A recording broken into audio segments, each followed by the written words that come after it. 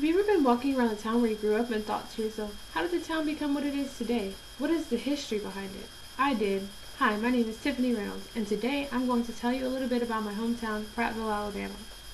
To understand why I think Prattville is so great, it's important to look at who founded it, the history behind it, and also how the town has grown into a thriving city. So today I will talk about those three things. First, let me tell you a little bit about who founded Prattville. Prattville was founded by Daniel Pratt, who is considered Alabama's first industrialist.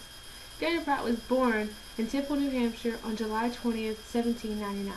He was the fourth of 6 children and had limited education, but at the age of 16 he was apprenticed to an architect.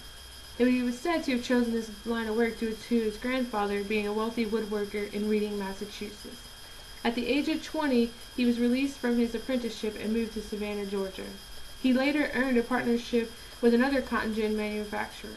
Pratt attempted to convince his new partner to take their business to Alabama in order to follow the westward expansion of the cotton culture and to take advantage of Alabama's river system, but he didn't agree due to conflicts between settlers and Creeks in central Alabama. Pratt, not discouraged by the dangers, decided to move to Alabama anyways.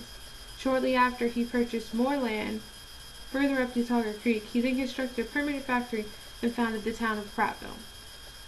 Now that you know Daniel Pratt's history, what about Prattville's? Well, in 1830, Daniel Pratt began building a town dedicated to industry in Alabama. Prattville can be singled out as one of Alabama's first planned communities because Pratt set aside specific spaces for things such as homes, churches, businesses, and also the first free school in Alabama for people who worked in his factories. Prattville is known for the cotton gins that Daniel Pratt built. And as important as they are to our history, they aren't the only thing.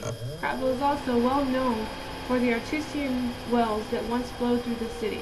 For this reason, Prattville is commonly referred to as the Fountain City. Many of the wells were ceased or capped off, but many still produce gallons of sweet, free-flowing water daily. Thirsty citizens frequently wait in line to fill up their jugs with the fresh water. Prattville is rich with history. The history is what makes the town what it is today, which brings me to the growth of Prattville. How has it grown over the years? The growth of early Prattville was due to Pratt's enterprises. He made 1,000 acres of wooded land into a thriving town. Pratt's gin factory was the economic cornerstone on which the town was built. Profits from the factory financed the beginnings of other industries, which included sash, door, and blind factory, machine and blacksmith shop, a wagon factory, a tin manufactory, and a flouring mill.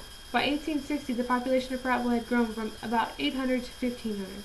Most of the population worked in the factories in Prattville. At the time, the town had a public library, 2 schools, 4 churches, and a town hall. Today, Prattville's population has well exceeded 1,500. According to the 2000 census, Prattville's population was 33,960. The town no longer consists of just factory workers. It is now home to thousands of people who earn a living doing a multitude of different jobs. Today, Prattville has 8 schools and numerous churches supporting different religions. It also has plenty of shopping centers, a golf course, and many places for entertainment. The gins are now empty and for many years have been considered historic landmarks. The once small town has kept up with the fast-changing world and has become a thriving city that anyone would be happy to call home. Today we talked about the history of my hometown. We discussed Daniel Pratt, the founder, Prattville's abundant history, as well as how the small town has grown into a thriving city.